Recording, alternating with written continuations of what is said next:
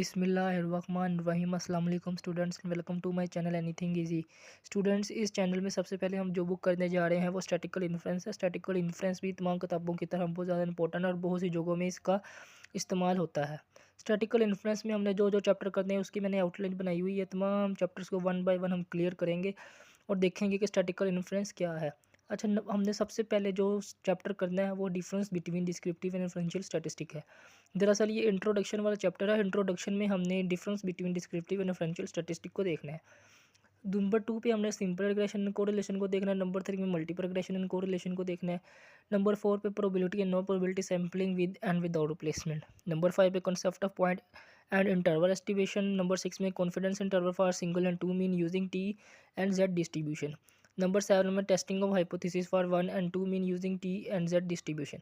Number 8 में काइस्किया test. Number 9 में प्रैक्टिस वन वे एनोवा और नंबर 10 में practice to way ANOVA. Number 11 में analysing of various concept and layout. इन तमाम चैप्टर्स को हम वन बाय वन देखेंगे और सीखेंगे कि स्टैटिकल इन्फ्रेंस क्या है। हम इसकी एग्जांपल्स भी करेंगे और डेफिनेशंस भी करेंगे। चलिए आए हम इंट्रोडक्शन को देखते हैं और देखते हैं कि स्टैटिकल इन्फ्रेंस के इंट्रोडक्शन को देखने जा रहे हैं। इंट्रोडक्शन में सबसे पहले हमने स्टैटिस्टिक की डेफिनेशन को देखना है, फिर आगे हम इसकी ब्रांचेस देखेंगे, फिर आगे जो जो डेफिनेशन आएगी उन सबको हम क्लियर करेंगे। नंबर 1 में स्टैटिस्टिक्स है। कहता है statistic is the branch of science which deal with the collection, presentation, analysing and interpretation of numeric data is called statistics. मतलब क्या है? कह रहा है स्टैटिस्टिक साइंस की ब्रांच है जो न्यूमेरिकल डाटा को कलेक्शन करता है, प्रेजेंटेशन करता है, एनालाइजिंग करता है एंड इंटरप्रिटेशन करता है।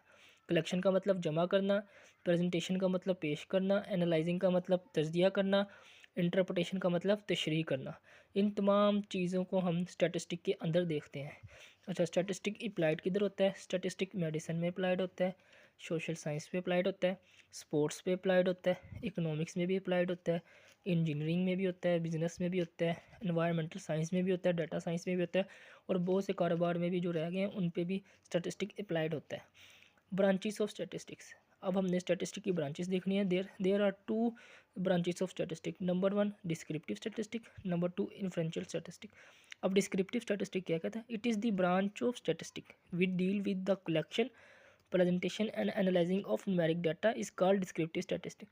डिस्क्रिप्टिव स्टैटिस्टिक के अंदर भी हम डाटा को कलेक्ट करते हैं, प्रेजेंट करते हैं एंड एनालाइजिंग करते हैं।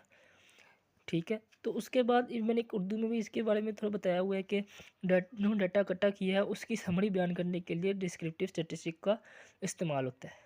यानी हम जो डाटा कलेक्ट करते हैं उसकी हम समरी बयान करने के लिए डिस्क्रिप्टिव स्टैटिस्टिक को इस्तेमाल करते हैं। अच्छा, अब हमने डिस्क्रिप्टिव स्टैटिस्टिक की टेक्निक्स को। डिस्क्रिप्टिव स्टैटिस्टिक की दो टेक्निक्स हैं। Number 1 centre tendency, number 2 measure of dispersion. Centre tendency में मीन, मीडियन, मोड को देखते हैं। मेजर ऑफ डिस्पर्शन में range, interquartile range, variance and standard deviation को देखते हैं।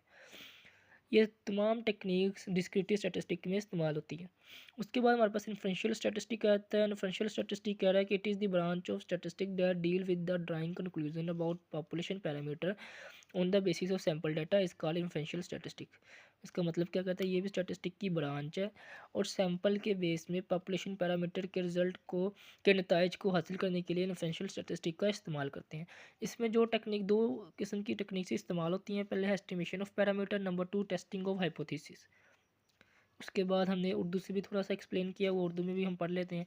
सैम्पल की बेस में बनाया गया रिजल्ट अगर आप पूरी पॉपुलेशन में इम्प्लीमेंट करते हैं तो उसे स्टैटिकल इन्फ्रेंस कहते हैं। अब आगे इसकी एग्जांपल भी देख लेते हैं।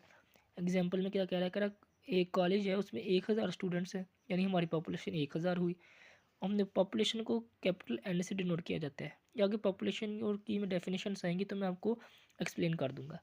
उसके बाद उसमें से हमने 1000 स्टूडेंट्स में से 100 स्टूडेंट्स को हमने उठाया, यानी हमारा सैम्पल, ये हमारा सैम्पल हुआ। सैम्पल को स्मॉल एन से डिनोट किया जाता है और हमने इनमें से देखना है कि 18 साल के स्टूडेंट्स कितने हैं और 18 साल से अबव स्टूडेंट्स कितने हैं, और जो रिज़ल्ट हमें हासिल होगा हम पूरी पॉपुलेशन में इंप्लीमेंट कर देंगे। इससे हम कहते हैं स्टैटिकल इन्फ्रेंस। उम्मीद है आपको डिस्क्रिप्टिव स्टैटिस्टिक और इन्फ्रेंशियल स्टैटिस्टिक की डिफरेंस के बारे में पता चल जाएगा। अब आगे हम उसकी जो बाकी डेफिनेशन है वो भी पॉपुलेशन की डेफिनेशन है। पॉपुलेशन की डेफिनेशन क्या? The entire group you want to study is called population. मतलब कि वो तमाम या मुकम्मल ग्रुप्स जिसे आप स्टडी करना चाहते हैं उसे हम पॉपुलेशन कहते हैं। For example number of college student, number 2 में all student in the class. ये पॉपुलेशन की डेफिनेशन थी और एग्जांपल थी।